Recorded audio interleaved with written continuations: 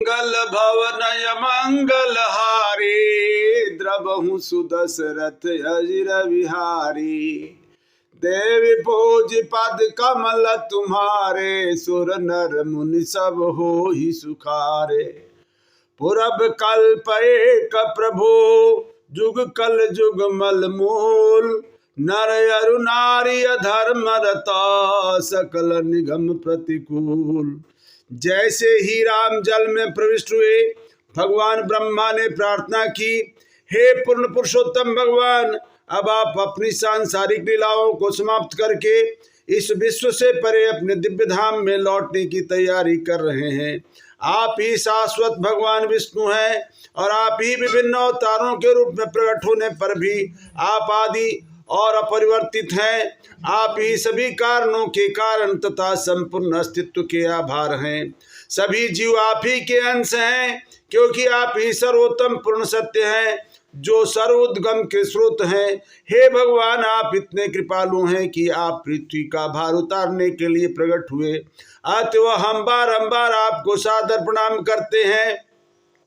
इस प्रकार भगवान राम और अपने आध्यात्मिक आकाश स्थित नित्य धाम को लौट गए और उनके पीछे पीछे भरत शत्रुघ्न भी गए।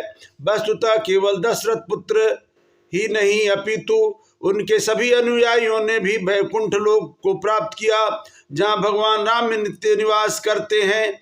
महान ऋषि एवं भक्त वाल्मीकि द्वारा रचित पूर्ण पुरुषोत्तम भगवान रामचंद्र की लीलाओं की यह दिव्य गाथा, जो रामायण के नाम से सुविख्यात है, यहाँ समाप्त होती है। और इस महाकाव्य का पाठ उनके द्वारा ही किया जाना चाहिए जिन्हें परम भगवान में पूर्ण विश्वास हो, क्योंकि ये भगवान विष्णु से अभिन्न है।